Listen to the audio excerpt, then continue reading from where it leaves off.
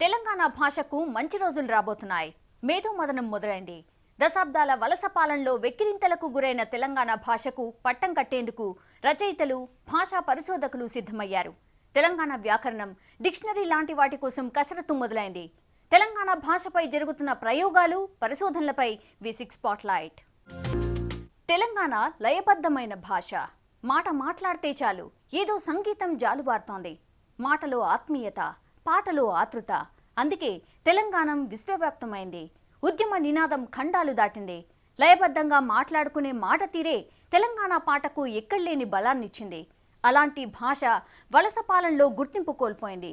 భాషతో పాటు సంస్కృతి, సంప్రదాయాలపైన దాడి జరిగింది. కానీ ఇప్పుడు తెలంగాణ భాషకు ప్రాణం పోసి సజీవంగా ఉంచేందుకు కృషి జరుగుతోంది. ఇకపై తెలంగాణ మాట ముచ్చటకు మంచి రోజులు రాబోతున్నాయి. ఉమ్మడి రాష్ట్రంలో తెలంగాణ భాషకు అన్యాయం జరిగిన మాట వాస్తవం. వలస పాలనలో ఉనికి కోల్పోయే స్థితికి చేరుకున్నదని జగమెరిగిన సత్యం. అలాంటి తెలంగాణ భాషను విశ్వవ్యాప్తం చేసేందుకు, ఉనికి నిలబెట్టేందుకు తెలంగాణ రచయితల వేదిక సిద్ధమైంది. తెలంగాణ భాష స్వరూపం, వైభవం అనే అంశంపై ఒకరోజు ఆలోచన చెలుకు కార్యక్రమాన్ని నిర్వహించింది తెలంగాణ రచయితల వేదిక. ప్రొఫెసర్ల నుంచి పత్రికా రంగ నిపుణుల దాకా వివిధ రంగాల వారందరినీ ఒకే గొడుగు కిందికి చేర్చింది ఈ సంస్థ. తెలంగాణ భాషా వాడుకను పెంపొందించడానికి చేపట్టాల్సిన చర్యలపై సుదీర్ఘంగా చర్చించి తీర్మానాలు చేశారు. భాషని ఎప్పుడైతే చంపేస్తామో, భాషని ఎప్పుడైతే అణగారేలా చేస్తామో అప్పుడే అక్కడ ఒక కొత్త సంస్కృతి, ఒక పెట్టుబడిదారీ సంస్కృతిని నిర్మించడానికి వీలు ఉంటుంది అనేది ప్రపంచవ్యాప్తంగా తేలినటువంటి నిరూపితమైనటువంటి విషయం. ఇవాళ తెలంగాణ రాష్ట్రం ఏర్పడింది, కానీ మనం మళ్ళీ అదే భాషని కొనసాగిస్తూ అదే ఆలోచనలన్నీ కూడా మనం కొనసాగిస్తున్నామేమో అని అనుమానం వేస్తున్నది. దానిని ఆ గడ్డగట్టినటువంటి ఆ ఒక పరిస్థితి నుంచి భాషని ఆలోచనల రూపంలో ఆ పరిస్థితిని కరిగించి ఒక కొత్త వెలుగుని ప్రసరింపజేయాలని అనుకోవడం తెలంగాణ రచయితల వేదిక ఆశయంగా భావించింది. తెలంగాణ రచయితల వేదిక సాహిత్యానికి సంబంధించింది, కానీ సాహిత్యానికి మూలమైనటువంటి భాష గురించి కూడా అది తప్పనిసరిగా ఇక ముందు ఎన్నో కార్యక్రమాలను తీసుకోబోతున్నది. తెలంగాణ భాష కోసం ప్రత్యేక వ్యాకరణ రూపకల్పనకు సంఘాన్ని నియమించాలని ప్రభుత్వాన్ని కోరింది రచయిత వేదిక. సమగ్ర డిక్షనరీకి రూపమిచ్చేందుకు ఓ కేంద్రం ఏర్పాటు చేయాలని తెలిపింది. తెలంగాణ భాషను అధికార భాషగా అభివృద్ధి చేసి పాఠ్యపుస్తకాల్లో చేర్చాలని తీర్మానించింది. ప్రతి జిల్లాలోని వాడుక పదాలను సేకరించి పదకడలి పేరుతో ప్రచురించాలంది. భాష కోసం జీవితాంతం పనిచేసినటువంటి రవా శ్రీహరి గారు లాంటి వాళ్ళు ఒక పెద్ద టీమ్గా ఉండాలి. మా తెలిదేవారు భానుమూర్తి కూర్చొని చూస్తున్నాడు. అట్లాంటి వాళ్ళు చాలామంది ఉండాలి. ఇప్పుడు అయిపోయింది. ఉద్యమానికి సంబంధించి ఇంకెవరు ఎగరాల్సిన అవసరం లేదు. ఉద్యమానికి సంబంధించిన పరిస్థితి కాకుండా ఈరోజు తెలుగు భాషకు, ఇలా తెలంగాణ భాషకు సంబంధించినటువంటి ఒక స్పష్టమైనటువంటి రూపకల్పన చేయడానికి కొందరు వ్యక్తులు డెడికేట్ అయి దానికోసం కొన్ని సంవత్సరాలు మాట్లాడుకోవాల్సిన పరిస్థితి ఉంది, రాసుకోవాల్సిన పరిస్థితి ఉంది. దానికి సంబంధించినటువంటి ఒక గుట్టలాంటి సాహిత్యం మొత్తాన్ని కూడా విశ్లేషించుకోవాల్సిన పరిస్థితి ఉంది. ఈ పరిస్థితి మొత్తానికి కూడా యూనిటీగా అందరినీ కలుపుకొని పోతూ ఈ యొక్క కార్యక్రమాన్ని దిగ్విజయం చేస్తే మాత్రమే మనం తెలంగాణ తెచ్చుకున్నా కానీ, తెచ్చుకున్నటువంటి తెలంగాణలో మన యొక్క భాషని, మన యొక్క యాసని, మన యొక్క మాండలికాల్ని మొత్తాన్ని కూడా దాంట్లో పెట్టి సబ్బండ వర్ణాల యొక్క సాంస్కృతిక వైభవాన్ని భాషలో చూపే విధంగా పాఠ్యపుస్తకాలని కూడా మనం తయారు చేసుకోవాలి. పాఠ్యపుస్తకాల నుంచే మొదలైద్ది. పాఠ్యపుస్తకాల్లోంచి రాకపోతే మనం ఎంత చేసినా ఏం కాదు.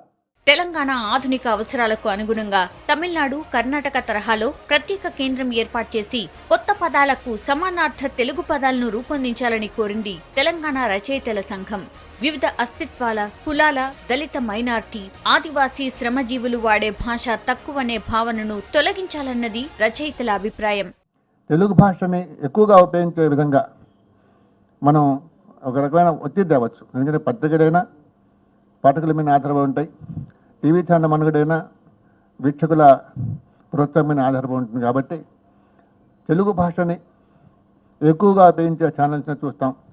తెలుగు భాషని బాగా రాసే పత్రికలు మాత్రం చదువుతామనే ఒక సంకేతం మనం పంపించగలిగితే అది మన చేతిలో ఉంది. కాబట్టి ఇది మార్కెట్ ఎకానమీ, ఇదంతా మార్కెట్ ఫోర్సెస్, విపణి నియంత్రించే సమాజం కాబట్టి ఈ వ్యాపారాలు కూడా వాటి మీద ఆధారపడినాయి కాబట్టి మనం తెలుగు భాషని ప్రోత్సహించే ఛానల్స్ని పత్రికల్ని చదువుతాం అని మనం కనుక గట్టిగా ఒక సంకేతం పంపించగలిగితే ఆ యాజమాన్యాలు కూడా మీరు తెలుగు ఆడవండి, ఇంగ్లీష్ వద్దు అని మా జర్నలిస్టు కూడా చెప్తాయి. తెలంగాణ వాడుకను, గ్రామీణ పద సౌందర్యాన్ని అందరూ తమదిగా చేసుకోవాలని పిలుపునిచ్చారు రచయితలు. భాషను బతికించుకోవాలని ప్రతి పాఠ్యపుస్తకంలోనూ తెలంగాణ భాషలో ఉండే విధంగా ప్రభుత్వం చర్యలు తీసుకోవాలని సూచించారు. పత్రికా, మీడియాలో తెలంగాణ భాషను ఎక్కువగా ఉపయోగించి ప్రజలకు సంకేతం పంపించగలిగే మార్పును తీసుకొచ్చే ప్రయత్నం చేయాలని అన్నారు. దక్కను ప్రాంతాన్ని ఏలినటువంటి శాతవాహనుల కాలం నుంచి కూడా ఈ భాష పరివ్యాప్తమైంది. అది ఉత్తర ప్రాంతానికి, దక్షిణ ప్రాంతానికి మధ్య ఒక కోట గుమ్మంలాగా ఒక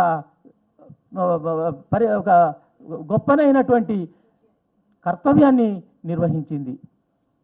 మిత్రులారా, ఇవాళ భాష ప్రజల తరఫున నిలబడేటువంటి వ్యక్తీకరణ కావాలని ఆకాంక్షిస్తున్నాం. తెలంగాణ ఏర్పడిన తర్వాత తెలుగు భాషపై స్వేచ్ఛగా మాట్లాడుకునే అవకాశం వచ్చిందని, ఇక తెలంగాణ భాషకు, యాసకు తిరుగుండదన్నారు రచయితలు. తెలంగాణ భాషపై నిఘంటువును తయారు చేయాల్సిన అవసరాన్ని గుర్తు చేశారు. తెలంగాణ భాష, యాస పట్ల చిన్నచూపు చూడడం వల్ల ఎన్నో ఉద్యమాలు జరిగాయని గుర్తు చేశారు. తెలుగు భాష ఆధునిక అవసరాల కోసం రూపొందిన భాష కాదు, ఏ భాష కూడా కాదు ఆ మాటకు వస్తే. కానీ ఇంగ్లీషు అది కూడా ఒక ప్రాచీన భాషే. అది కూడా ఒక 11-12 శతాబ్దాల్లో చాసర యుగం నుంచి మొదలైన భాష తర్వాత కాలంలో 500-600 ఏళ్ల క్రితం నుంచి మరింత. కానీ అది ఇంగ్లాండ్ దేశ రాజకీయ ప్రజాస్వామ్య చరిత్రతో, దాని పారిశ్రామిక విప్లవంతో అనుసంధానమై దాని అభివృద్ధి ముడిపడి ఉంది. అట్లాగే తెలుగు భాష అభివృద్ధి కూడా గత 100 సంవత్సరాలుగా తెలుగు సమాజంలో ఉన్న ప్రజాస్వామ్యం, తెలుగు సమాజంలో ఉండే వృద్ధి, వికాసం, మేధో సంబంధమైన అనేక పరిశోధనలు వీటన్నిటితో ముడిపడి ఉన్నది. ఏదైతేనేం రచయితల వేదిక ఏర్పాటు చేసిన ఈ సదస్సు భాషాభిమానుల్లో కొత్త ఉత్సాహం నింపింది. ఇక నుంచి సాహిత్యకారులు తమ రచనల్లో విస్తృతంగా తెలంగాణ భాష ఉపయోగించాలని కోరారు రచయితలు. అంతేకాదు, పత్రికలు, ఎలక్ట్రానిక్ మీడియాలో భాషా సంస్కృతి ప్రతిబింబించేలా జర్నలిస్టులు కృషి చేయాలని సూచించారు. 56 అక్షరాల తెలుగుదనం, 16 అనాల తీయదనం. తెలుగు గురించి ఎంత గొప్పగా చెప్పుకున్నా తక్కువే. కవులు, పండితులు, మేధావులు, ఆఖరికి విదేశీయులు, పరభాష పాలకులు కూడా మెచ్చుకున్న భాష మనది. భాషలో అందం ఎలా కావాలంటే అలా మలుచుకునే భావం, సంగీతంలా వినిపించే పలుకుబడి, ప్రపంచంలో ఇలాంటి లక్షణాలున్న అతి తక్కువ భాషల్లో మన తెలుగు భాష ఒకటి. అసలైన తెలుగు పదాల్ని తెలంగాణ భాష కాపాడుకుంటూ వచ్చింది. కడలి అంచులు దాటి కదిలింది తెలుగు, ఎదల లోతులు మీటి ఎగిసింది తెలుగు. ఇటు మలేషియా నుంచి అటు అమెరికా వరకు పలు దిశల గొంతుకల పలికింది తెలుగు. ఏ భాష చెడుకైనా, ఏ యాస చినుకైనా తనలోన కలుపుకుని తరలింది తెలుగు. మాతృభాష గొప్పదనంపై కవి సి నారాయణ రెడ్డి చెప్పిన పద్యమిది. అన్ని భాషలను కలుపుకొని ప్రవాహంలా సాగింది. తెలంగాణది బడి పలుకుల భాష కాదు, పలుకుబడి భాష అన్నారు కాళోజీ. ఇక్కడి భాషలో ఆత్మీయత ఉంటుంది, పిలుపులో దగ్గరితనం కనిపిస్తుంది, నువ్వు అనే పిలుపులో ఆప్యాయత కనిపిస్తుంది. కానీ కొందరు మేధావులు దాన్ని అవమానపరిచారు, నువ్వు అనడం అగౌరవమని ప్రచారం చేశారు. దీన్ని బట్టి తెలంగాణ భాషపై ఎంతలా దాడి జరిగిందో అర్థం చేసుకోవచ్చు. భాష ప్రాథమిక లక్ష్యం భావప్రసారం. భావగ్రహణం మధ్య జరిగే పని భావప్రసారమే. ఓ వ్యక్తి నుండి మరో వ్యక్తికి, ఓ తరం నుండి మరో తరానికి, గతం నుండి వర్తమానానికి, ఆ తర్వాత భవిష్యత్తుకు జరిగే ఒక నిరంతర ప్రసార ప్రక్రియ భాష. భాష అంటే భాషించేది, సంభాషించేది అంటే మాట్లాడేది. తర్వాత మన అవసరాల కోసం అది రాసేది, చదివేది అయింది. మాట్లాడేది భాష అయితే వినేది కూడా భాషలో భాగమే. మనుషులు కలకాలం ఉండరు కాబట్టే గుర్తులతో లిపిని రాసే ప్రయత్నం చేశారు. అలా రాతలు రాళ్ల మీద, రాగి రేకుల మీద, తాళపత్ర గ్రంథాల మీద, కాగితాల మీద, ఇప్పుడు కంప్యూటర్ల మీద మొదలయ్యాయి.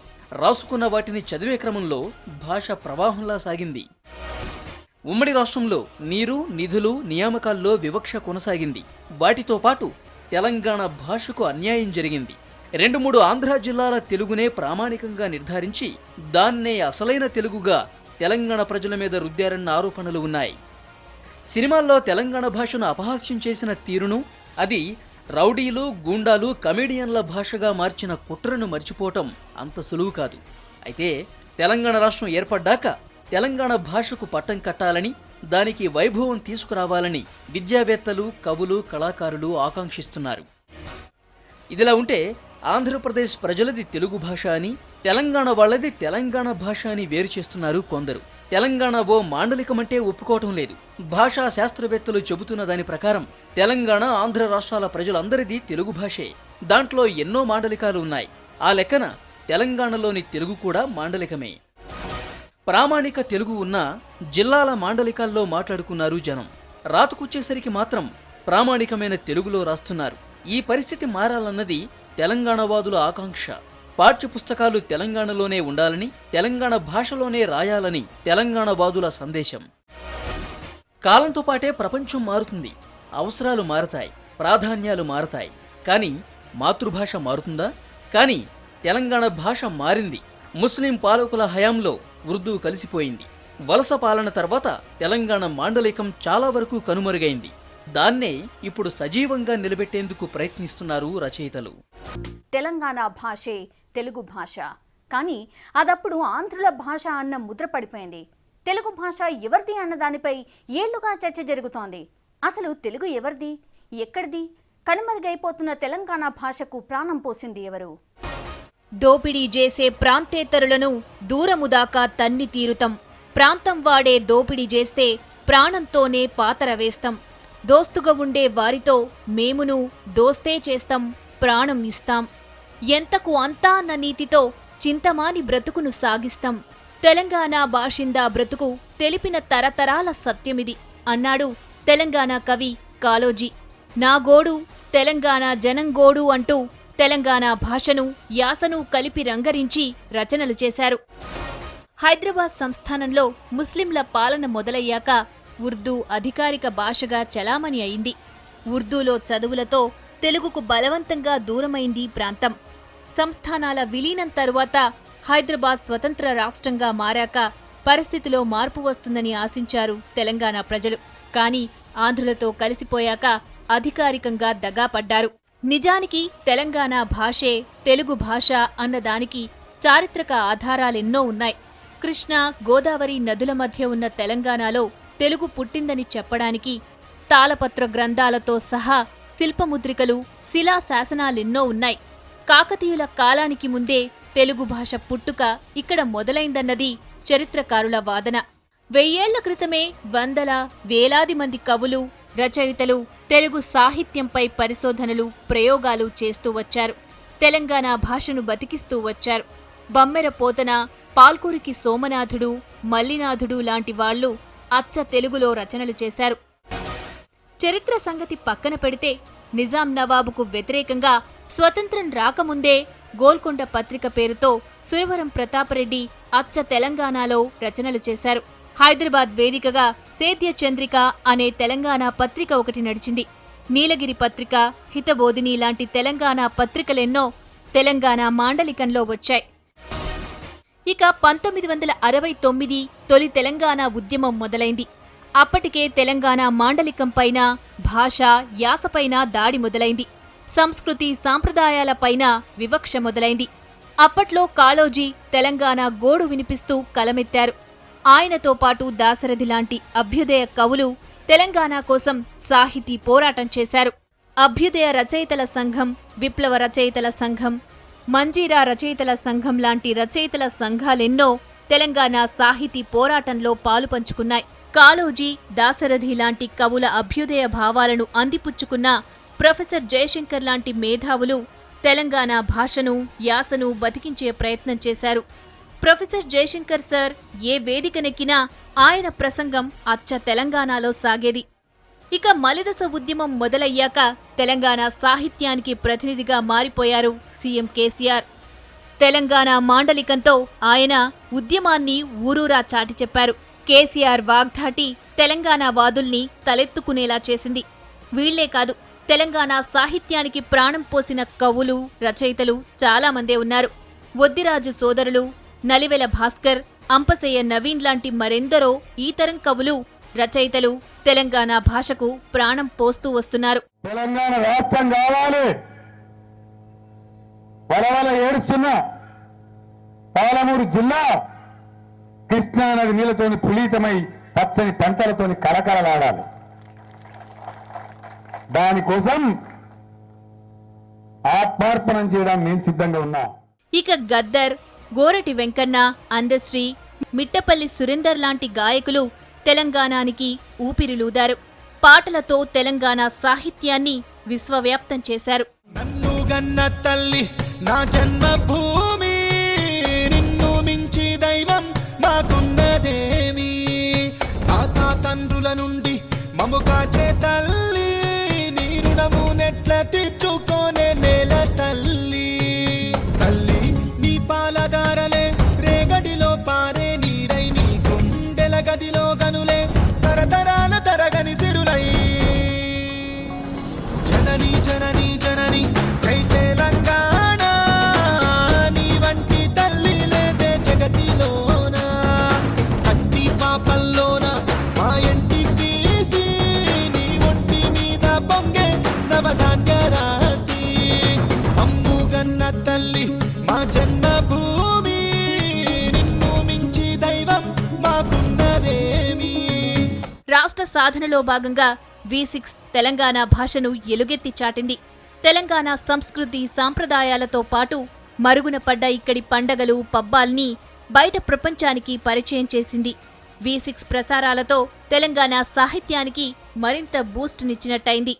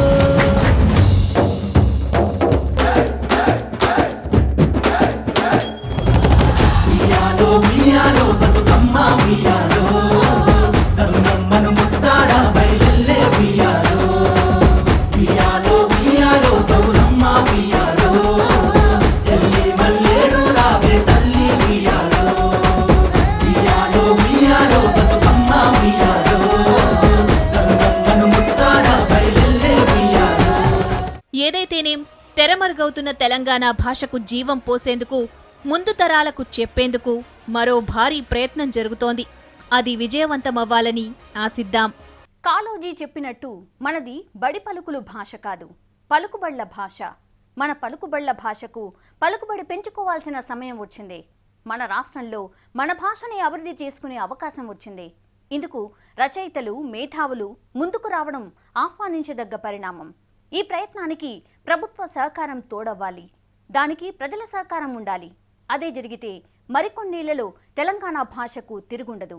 ఇది V6 స్పాట్లైట్.